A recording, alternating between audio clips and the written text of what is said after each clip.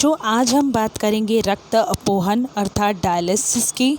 Dialysis में क्या होता है बच्चों कि जब वृक्क यानी किडनी में रक्त की आपूर्ति सही ढंग से नहीं हो पाती है, अर्थात कम अनुपात में यानी रक्त कम मात्रा में वृक्क के पास पहुंचता है, तो ऐसे में क्या होता है वृक्क की कार्यक्षमता यानी किडनी जो होती है उसकी कार्यक्षमता कम होती जाती है।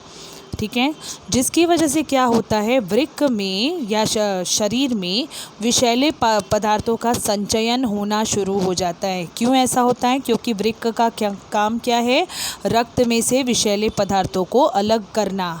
पर कार्यक्षमता कम होने की वजह से वृक्क के विषैले पदार्थों का शरीर में संचयन होना शुरू हो जाता है, जिसकी कारण किसी भी व्यक्ति की मृत्यु भी हो सकती है।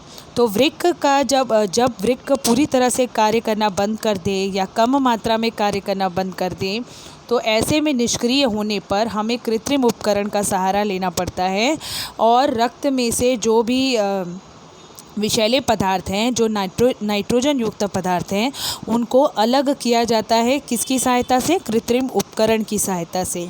कब ऐसा किया जाता है? जब वृक्क की कार्यक्षमता कम हो जाए या वृक्क निष्क्रिय हो जाए। ठीक है ना। तो इस तरह से रक्त से नाइट्रोजन युक्त पदार्थ जो होता है वो शरीर से बाहर निकालने के, और रक्त में से बाहर निकाला गया तो शरीर में से डेफिनेटली बाहर निकलना ही है। तो उसके लिए जो कृत्रिम यंत्र का जब हम उपयोग करते हैं तो उस पूरी क्रिया को हम अपोहन कहते हैं। ठीक है।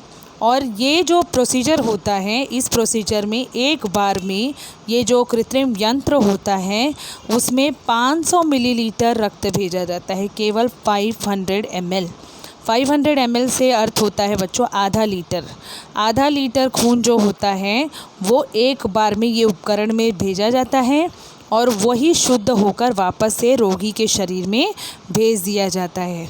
कल हमने पढ़ा था कि किसी व्यक्ति के शरीर में लगभग 5 लीटर खून होता है या 5 लीटर रक्त होता है, उसमें से आधा लीटर एक बार में ये यंत्र लेता है और उसका शुद्धिकरण कर वापस शरीर में प्रवेश करवाया जाता है। इसे कहते हैं रक्त अपोहन अर्थात डायलिसिस।